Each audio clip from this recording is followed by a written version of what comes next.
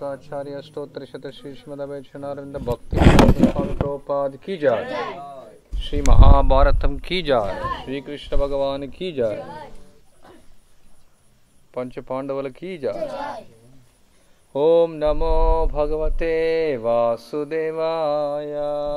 ओम नमो भगवते वासुदेवाय।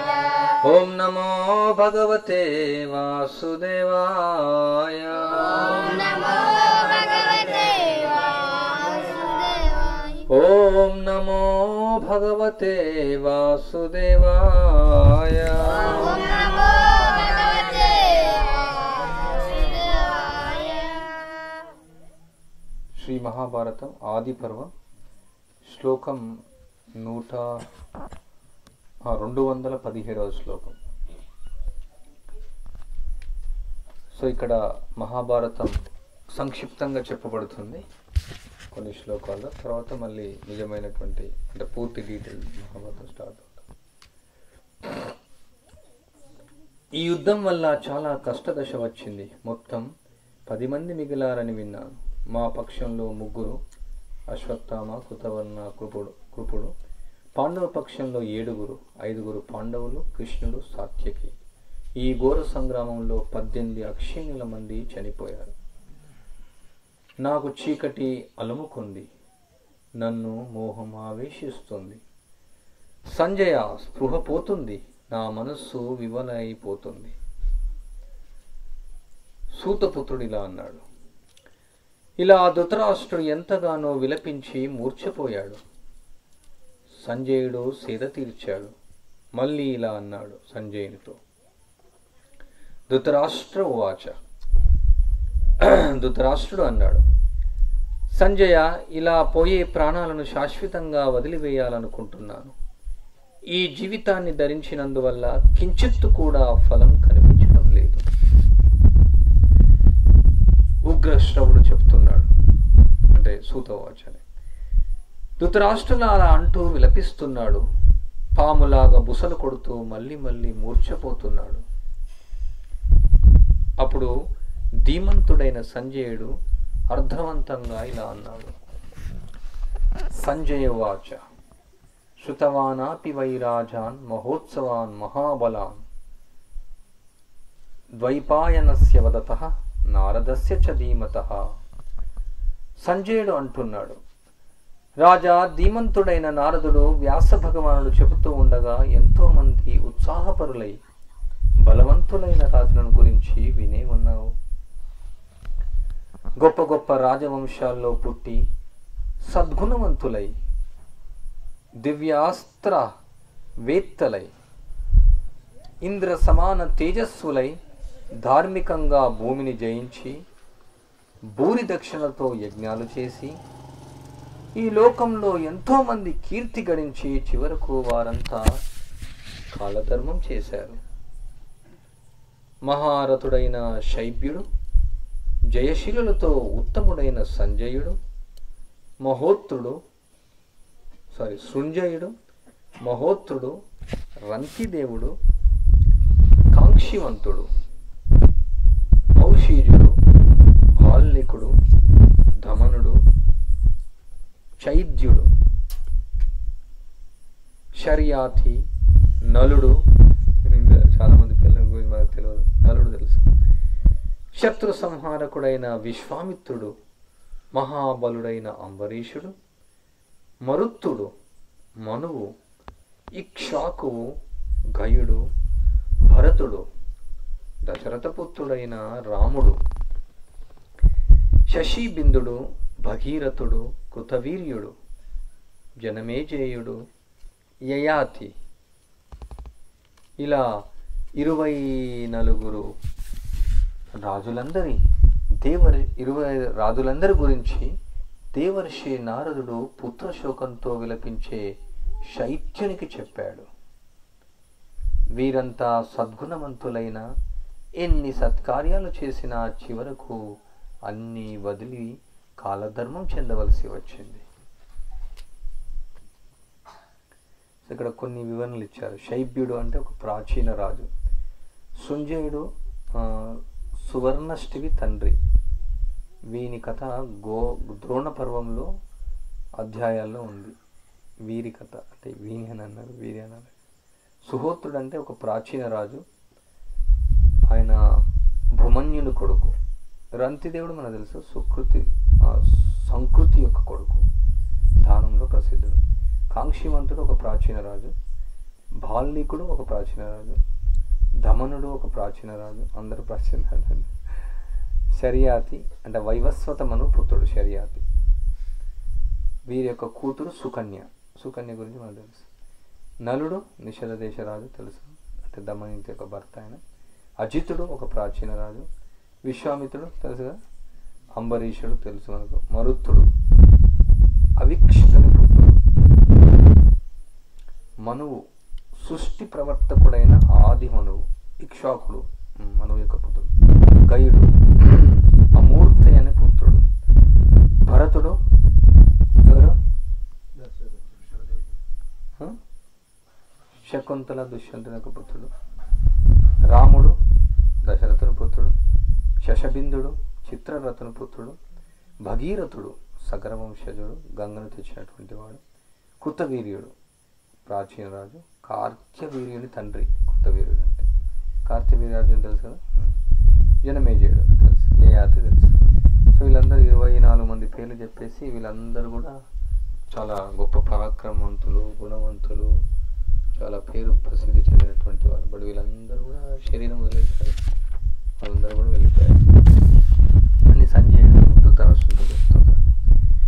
వీరే కాదు, వీరికంటే బలీయులు, మహారథులు, మహాత్ములు, సర్వసద్గుణ శోభితులైన పూరుడు, కురువు, యదువు, శూరుడు, మహా తేజస్వి అయిన విశ్వగశ్యుడు, అనూహుడు, యువనాశ్యుడు, కకుత్సుడు, పరాక్రమవంతుడైన రఘు, విజయుడు, వీతిహోత్రుడు, అంగుడు, భవుడు, శ్వేతుడు, బృహద్గురుడు, ఉషీనరుడు, శతరథుడు, కంకుడు, దులీధుడు, ద్రుముడు, దంభోద్భవుడు, పరుడు, వేణుడు, సగరుడు, సంకృతి, నిమి అంటే నిమి మారాలి తెలుసు, అజేయుడు, పరశుడు, పాండుడు, శంభుడు, దేవావృతుడు, దేవావయుడు, సుప్రతుడు, సుప్రీతుకుడు, బృహద్రకుడు, మహోత్సవము వినయము కల సుకృతుడు, నిషధరాజు నలుడు, సత్యవ్రతుడు, శాంతభయుడు, సుమిత్రుడు, సుబలుడు, ప్రభుడు, జంగుడు, అరణ్యుడు, అర్కుడు, ప్రియభృత్యుడు, శశీవ్రతుడు, బలవంతుడు, నిరామర్దుడు, కేతశృంగుడు, బృహద్బరుడు, దృష్టకేతువు, బృహత్కేతువు, దీప్తకేతువు, నిరామయుడు, అవీక్షిత్తు, చపలుడు, ధూర్తుడు, కృతబంధువు, దుఢాదుది, మహాపురాణంలో సంభవించిన ప్రత్యంగుడు, పరహుడు, శృతి, ఇలా ఇంకా ఇతర రాజులందరూ వందలు, వేలు, లక్షల మంది బుద్ధిశాలురు, బుద్ధివంతులు కూడా ఈ విపులైన భోగాలు వదిలి నీ పుత్రుల వలె చనిపోయారు. వీళ్ళందరూ కూడా చాలా ధర్మశీలులు, రాజులు, చాలా గొప్పవాళ్ళు. అంటే ఇప్పుడు అందరూ కూడా ఈ పేర్లు కూడా ఎవరికి తెలవాలనుకుంటావా?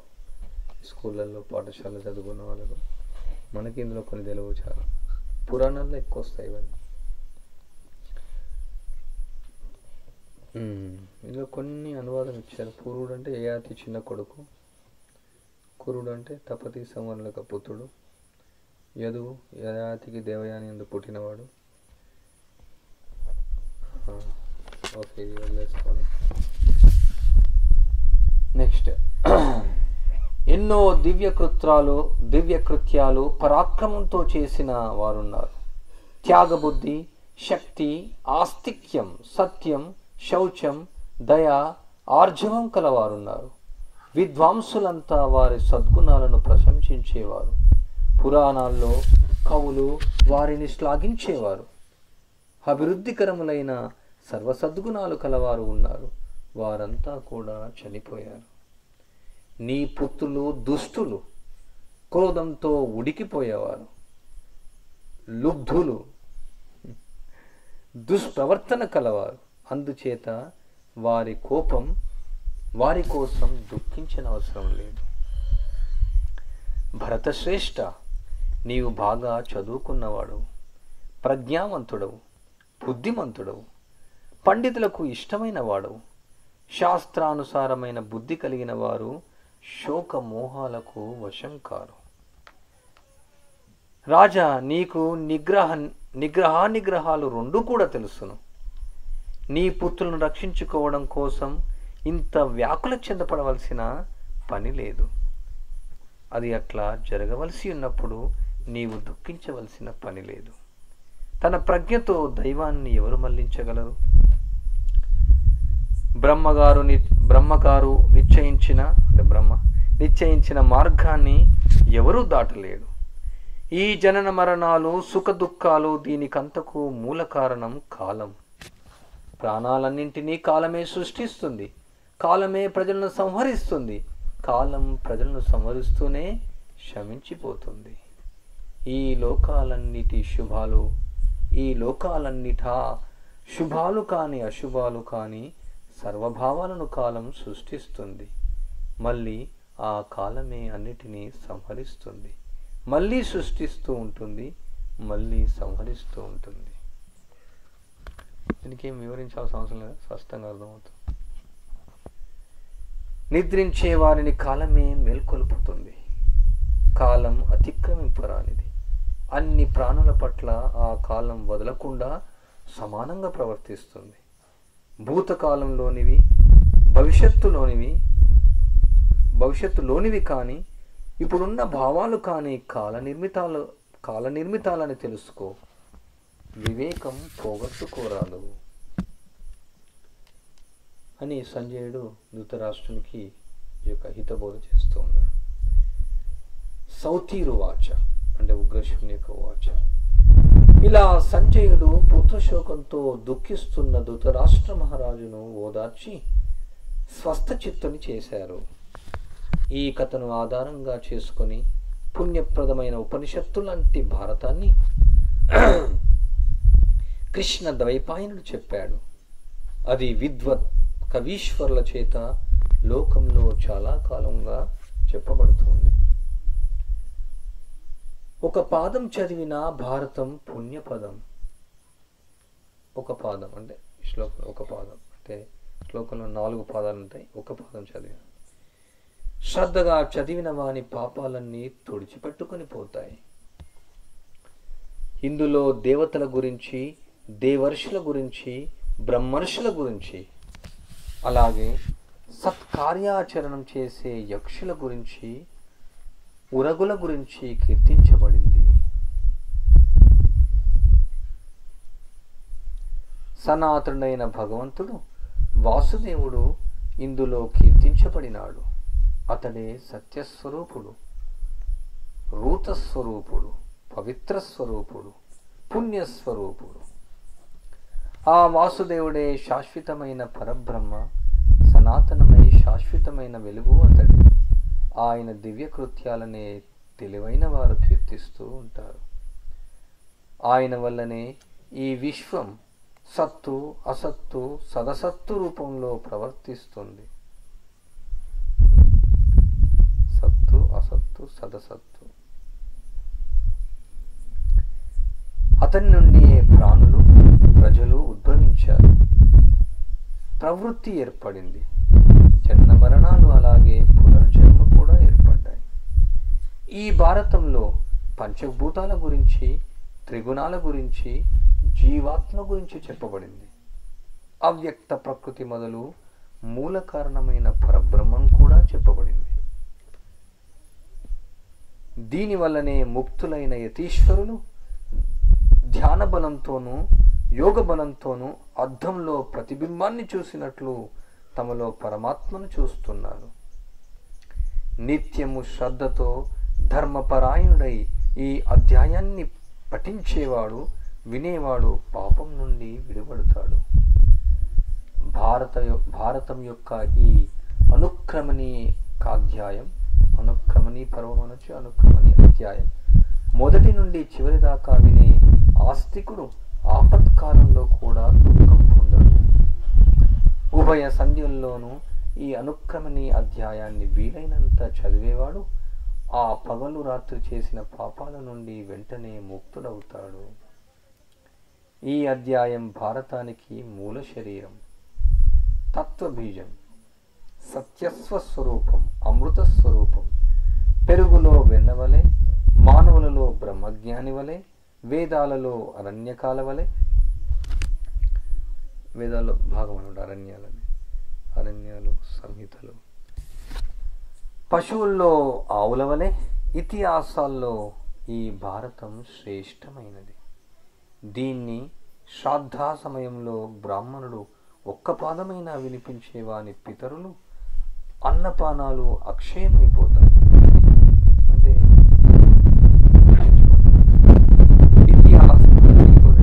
ఇతిహాస పురాణాల్లో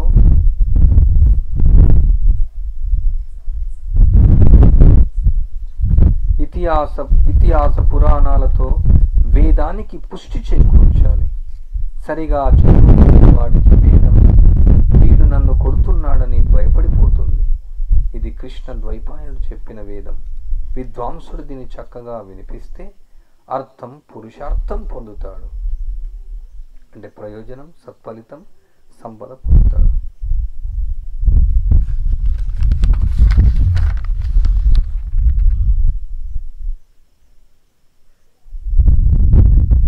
ఇక్కడ ఈ నోట్స్ ఇస్తుంది రాసినటువంటి ఆయన మహాభారత శ్రవణ ఫలమును గురించి నన్నయ్య ఈ క్రింది పద్యాల్లో వివరించాడు. ఇమ్మహాభారతం బిమ్ములక భాయక వ్యధాధనాలై వినుచుండు వారికి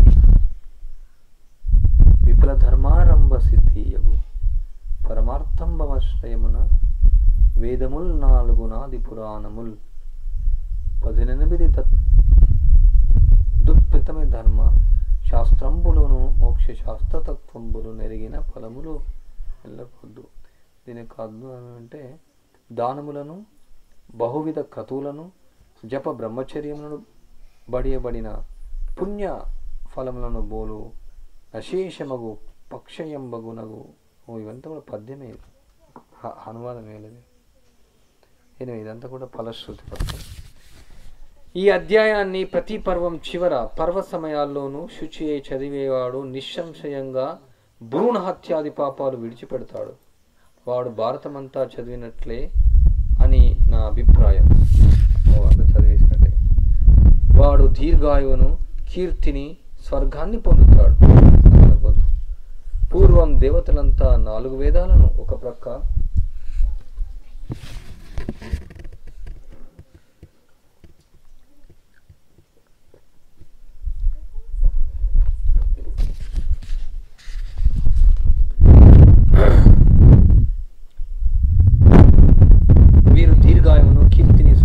పూర్వం దేవతలంతా 4 వేదాలను ఒక పక్క, భారతాన్ని ఒక పక్క త్రాసులో ఉంచి తూచారు.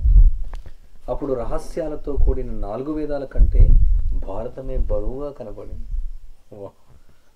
అప్పటి నుండి ఇది లోకంలో విలువలలోనూ బరువులలోనూ అధికమవడం వల్ల మహాభారతమైంది. మొదట భారతమే అనేవాళ్ళు, దీని తర్వాత మహాభారతమైంది. మహత్వం వల్లను బరువు వల్లను ఇది మహాభారతమైంది. దీన్ని, ఈ అర్థాన్ని తెలుసుకున్నవాడు సర్వపాపాల నుండి విడుపడతాడు. తపస్సు దోషం పాపం కాదు, వేదాధ్యయన దోషం కాదు, స్వాభావికైన వేద విధుల్ని ఆచరించడం దోషం కాదు, కష్టాలు సహించి ధనం సంపాదించడం దోషం కాదు. కానీ ఇవే భావాలు దెబ్బతింటే దోషాలు అనగా దంభం, కోపం, గొప్ప కోసం చేయరాదు. ఇష్టంగా శ్రద్ధగా చేయాలి. గొప్ప కోసం చేస్తే దోషమే.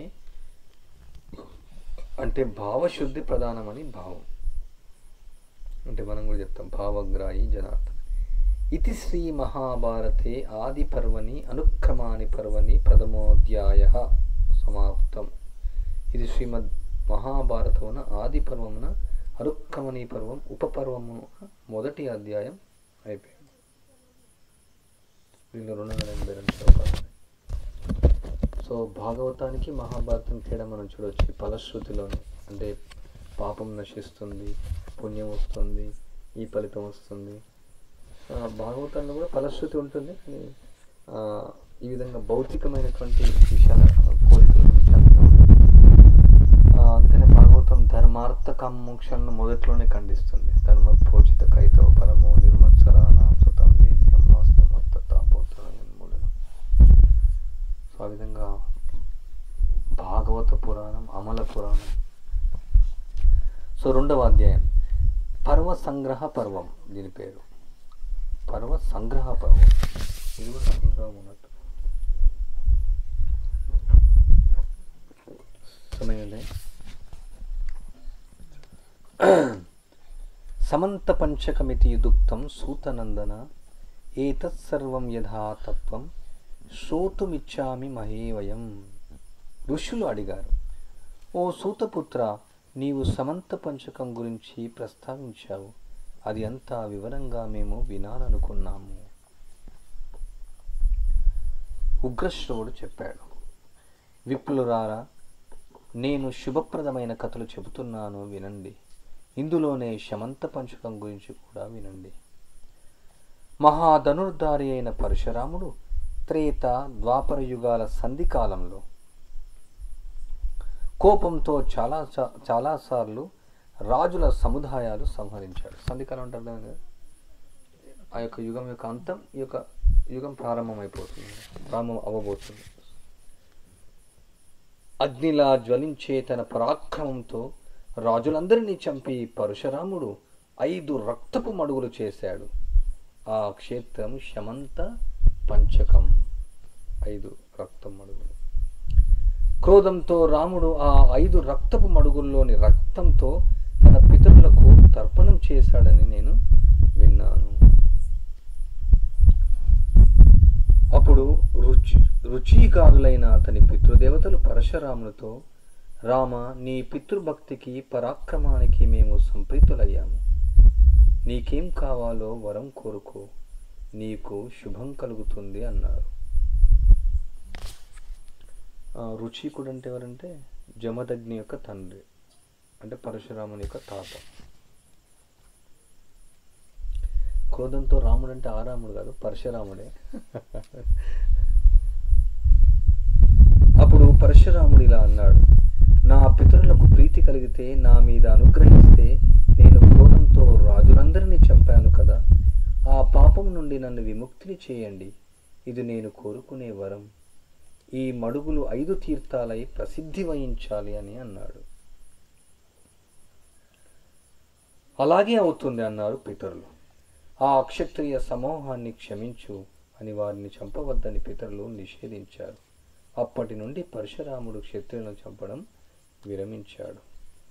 ఆ రక్తపు మడుగుల సమీప ప్రదేశాన్ని సమంత పంచక ప్రదేశమని, అది పుణ్యప్రదమని కీర్తించాడు.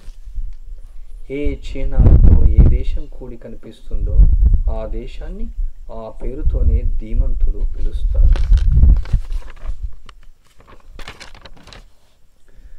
ద్వాపర యుగానికి కలియుగానికి సంధికాలం వచ్చినప్పుడు కురుపాండవ సేనలకు ఆ సమంత పంచక ప్రదేశంలో యుద్ధం జరిగింది. భూ సంబంధమైన మిట్టపల్లాలు అనే దోషాలు లేని పరమధర్మ ప్రదేశంలో యుద్ధకాంక్షతో 18 అక్షయణీయుల సైన్యం చేరాయి.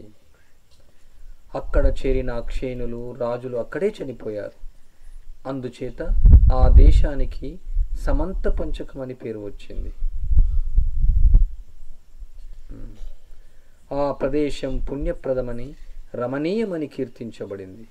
ఓ విప్రోత్తములారా, ఆ ప్రదేశం 3 లోకాల్లోనూ ఎలా ప్రసిద్ధి చెందిందో మీకు నేను చెప్పాను. ఋషయ ఊచుహు.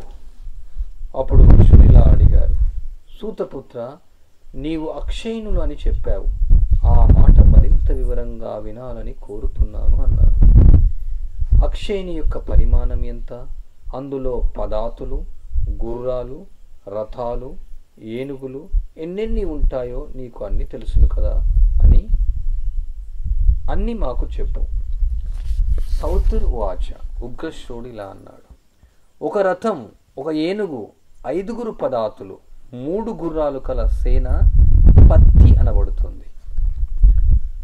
3 పత్తులు కలిస్తే సేనాముఖం అవుతుంది. మళ్ళీ చదువుతున్నాను. ఒక రథం, ఒక ఏనుగు, 5 పదాతులు, అంటే పదాతులు తెలుసా, పదాతులు 3 గుర్రాలు, ఇవి కలిసి ఒక సేనాముఖం అవుతుంది. 3 సేనాముఖలు ఒక గుల్మం అవుతుంది. 3 గుల్మాల గణం, 3 గుణాల వాహిని, 3 వాహినులు పుతన అవుతుంది.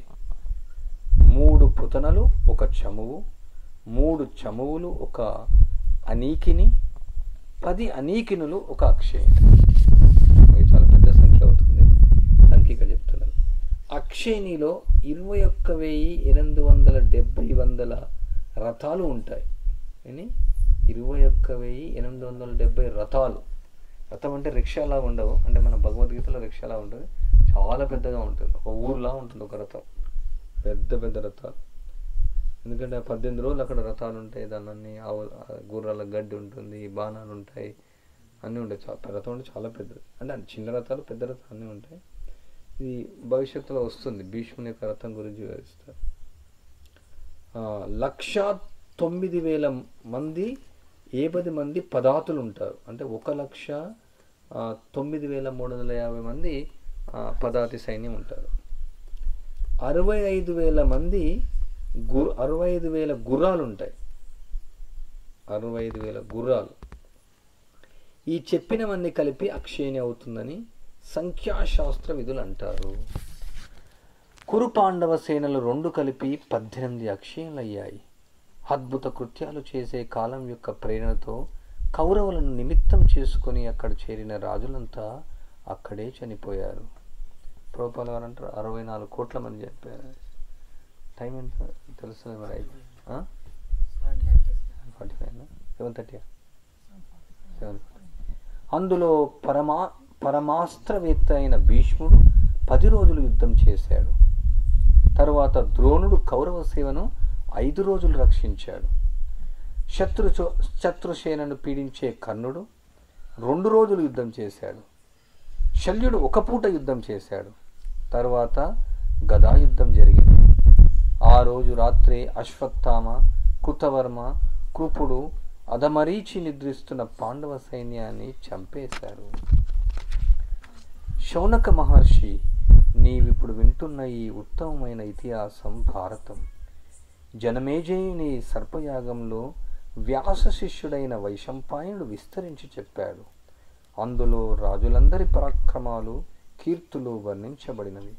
అందులో మొదట పాలోమ పర్వం, ఆస్తిక పర్వం చెప్పబడినాయి. వానిని స్మరిస్తాను. మోక్షం పొందాలనుకునేవారు ముందుగా వైరాగ్యం పొందినట్లు ప్రాజ్ఞులైన మానవులు ఈ భారతాన్ని చదవాలి. ఎందుచేతనంటే ఇది విచిత్రమైన అర్థాలతోనూ అనేక సిద్ధాంతాలతోనూ ఆచరణలతోనూ కూడినది. తెలుసుకోదగిన వానిలో ప్రధానమైనది ఆత్మ, ప్రియమైన వానిలో ప్రధానమైనది జీవితం. అలాగే అన్ని విజ్ఞానాల్లోనూ ఈ ఇతిహాసం ప్రధానము, శ్రేష్టము కూడా. ఆహారం విడిచిపెడితే శరీరం ధరించడం కష్టం, సాధ్యం కాదు. అలాగే ఈ భారతాన్ని విడిచిపెడితే ఏ కథ భూమి మీద నిలవదు. అంటే అన్ని కథల నిర్మాణానికి భారతం అనేది మూలం ఉంటుంది. మీరు ఏ కథ తీసుకున్నా మళ్ళీ మహాభారతానికి లింక్ అవుతుంది. సో భారతం లేకుండా ఇంకా ఏ కథ లేదన్నమాట. అభ్యుదయాన్ని కాంక్షించేవారు సత్కలీనుడైన రాజును కోరినట్లే ఈ భారతాన్ని కవులందరూ ఆశ్రయిస్తారు. స్వర వ్యంజనాలతో నిండిన వాక్కు అంతా లోకాన్ని, వేదాన్ని ఆశ్రయించినట్లు ఈ భారత ఇతిహాసం మీద అర్పించబడిన బుద్ధియే ఉత్తమమైనది. ఈ భారత ఇతిహాసం జ్ఞానంతో పూర్ణమైనది. విచిత్రమైన పదాలతో, అర్థాలతో, న్యాయాలతో, వేదార్థాలతో కూడినది. దీని పర్వ సంగ్రహం చెబుతాను విను. మొదటిది పర్వానుక్రమిక, రెండవది పర్వ సంగ్రహం. పౌష్య పర్వం మూడవది. తర్వాతని వరుసగా పౌలోమ పర్వం, ఆస్తిక పర్వం, అంశావతార పర్వం, సంభవ పర్వం. ఈ సంభవ పర్వం చాలా అద్భుతంగా ఉండి ఒడలు పులకరిస్తుంది. తర్వాతవి లాక్షాగృహ దహనం, హైడింబ పర్వం, రుకవద, చైత్రరథ పర్వం. తర్వాతవి పాంచాలి స్వయంవర పర్వం, వైవాహిక పర్వం, విదురాగమన రాజస్వలంబన పర్వం, అర్జున వనవాసం, సుభద్రాహరణం. తర్వాతది హరిణహరిక, ఆ పైన కాండవ దహనం, మయదర్శనం. తర్వాతది సభాపర్వం, తర్వాతది మంత్రపర్వం, జరాసంధవద పర్వం, దిగ్విజయ పర్వం. దిగ్విజయ పర్వం తర్వాతది రాజసూయ పర్వం, తర్వాతది అర్థాభిహరణ పర్వం, తర్వాతది ద్యూత పర్వం, అనుద్యూత పర్వం, తర్వాతది అరణ్య పర్వం. దీనిలోని ఉపపర్వాలు 21. అందులోని మొదటి అరణ్య పర్వం, కిరిమీ వరద పర్వం, తర్వాతది అర్థనాగిమ పర్వం, ఈశ్వరార్జున యుద్ధం కల పర్వం, కైరాత పర్వం. సో ఈ విధంగా పర్వాలన్నీ కూడా వివరిస్తున్నారు. చాలా ఉన్నాయి ఈ శ్లోకాలన్నీ కూడా పర్వాల గురించి. సో తర్వాత మనం రేపు సాగిస్తాం. బాగుంటాయి. హరే కృష్ణ హరే కృష్ణ కృష్ణ కృష్ణ హరే హరే, హరే రామ రామ రామ